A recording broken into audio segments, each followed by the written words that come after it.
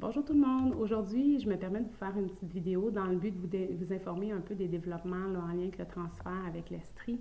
C'est important pour nous de débuter en vous disant qu'on comprend vraiment bien vos préoccupations que vous avez en lien avec ce transfert-là parce que nous aussi, on est des travailleurs ciblés par ce transfert, donc on a les mêmes préoccupations que vous, on les partage. C'est justement en ce sens-là qu'on veut vous faire un petit topo là, de ce qui s'est passé et des étapes à venir. Si on remonte en octobre dernier, l'employeur, il vous avait rencontré concernant la portée clinique de l'entente. On sait que cette rencontre-là a suscité beaucoup de questions et de préoccupations et que malheureusement, peu de vos questions ont été répondues.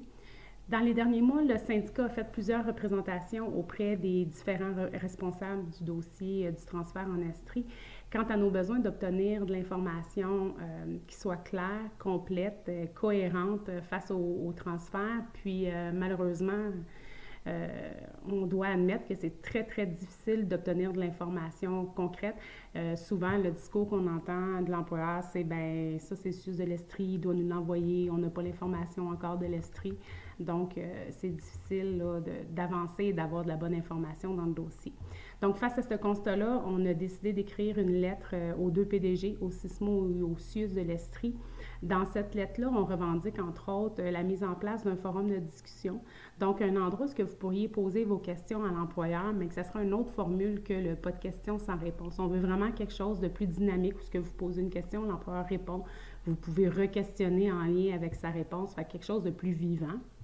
On a demandé aussi un échéancier clair sur le volet clinique du transfert, puis aussi le plan de transition là, par rapport à la clientèle.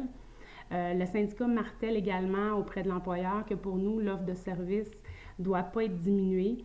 À ce titre, bien, dernièrement, on a constaté qu'il y a eu plusieurs abolitions de postes faites par l'employeur qui nous permet de douter là, un peu de l'offre de service qu'il y aura suite à notre transfert. Mais lui, ce qu'il dit, c'est que ces postes vacants-là, il n'y avait pas personne dessus, il n'y avait pas de remplaçant, donc ça n'aura pas d'impact parce qu'il n'y avait pas de service qui était offert.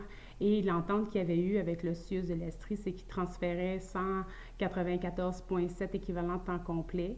Fait que c'est l'entente qu'il y avait avant. Et ils vont encore transférer l'équivalent de 194,7 temps complet. Donc, ouais, c'est ça. Donc, il n'y aura pas de perte de service parce qu'on transfère ce qu'on avait dit. Mais vous comprendrez que l'information est tellement difficile à recevoir, puis celle qu'on soit, ben, n'est pas toujours claire. Donc, pour nous, le doute y persiste. Soyez assurés qu'on va continuer de suivre ça de près, de questionner et c'est ça, de faire notre petite enquête et s'il y a action à prendre, on vous contactera. On a aussi demandé d'obtenir de l'information claire quant à l'intégration de nos programmes au CIUS de l'Estrie. Donc, elle va avoir l'air de quoi la structure en Estrie quand on va arriver, comment ça va se passer. Donc, suite à ça, l'employeur a annoncé qu'il voulait vous rencontrer.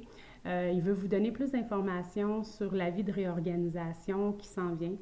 Ce qui est prévu dans la convention collective, c'est qu'avant un transfert, l'employeur doit vous informer et informer le syndicat 4 mois à l'avance de qui est touché par le transfert, le poste et tout ça.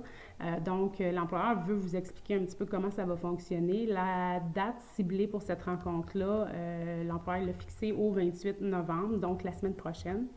En même temps, cette rencontre-là, bien, probablement suite à nos pressions syndicales un peu, l'employeur, il va aussi venir clarifier comment va fonctionner l'intégration de nos programmes au CIUS de l'Estrie.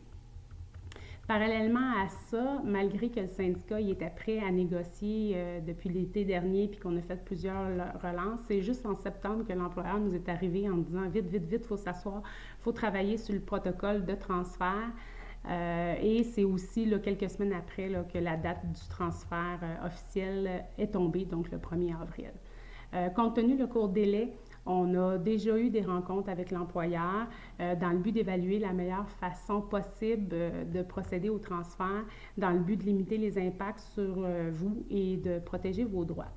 Donc maintenant, on est rendu à vous rencontrer pour obtenir un mandat formel de l'Assemblée avant de commencer nos négociations avec le CIUS de l'Estrie et les autres syndicats.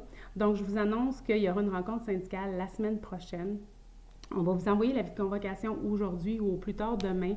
Je suis consciente là, que le délai est très court, on s'en excuse, mais les choses bougent rapidement, puis il y a des choses aussi qui sont difficiles à prévoir, donc était prévu avant ça, mais là, malheureusement, il est arrivé d'autres informations qui fait qu'on a dû faire des vérifications, ce qui a repoussé l'Assemblée. Donc, ça aura lieu la semaine prochaine, mais vu que c'est un court délai, on va s'assurer que les gens aient la possibilité d'y assister. Donc, on va faire deux assemblées pour donner plus de possibilités.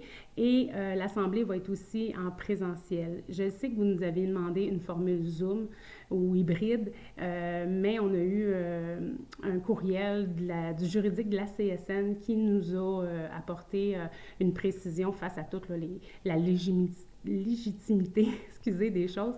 Et puis, bien, pour une rencontre comme on va faire, ou ce que ça nécessite un vote important, ben on doit la faire en présentiel. Donc, les prochaines rencontres où ce ne sera pas des votes secrets et tout ça, on pourra la faire Zoom ou hybride, peu importe. Il n'y aura pas de problème, mais considérant l'ampleur du sujet et la décision qu'il y a à prendre, bien, celle-ci sera en présentiel. Donc, vous allez recevoir ça aujourd'hui ou demain. Alors, au plaisir de vous rencontrer la semaine prochaine, puis je vous souhaite une bonne journée.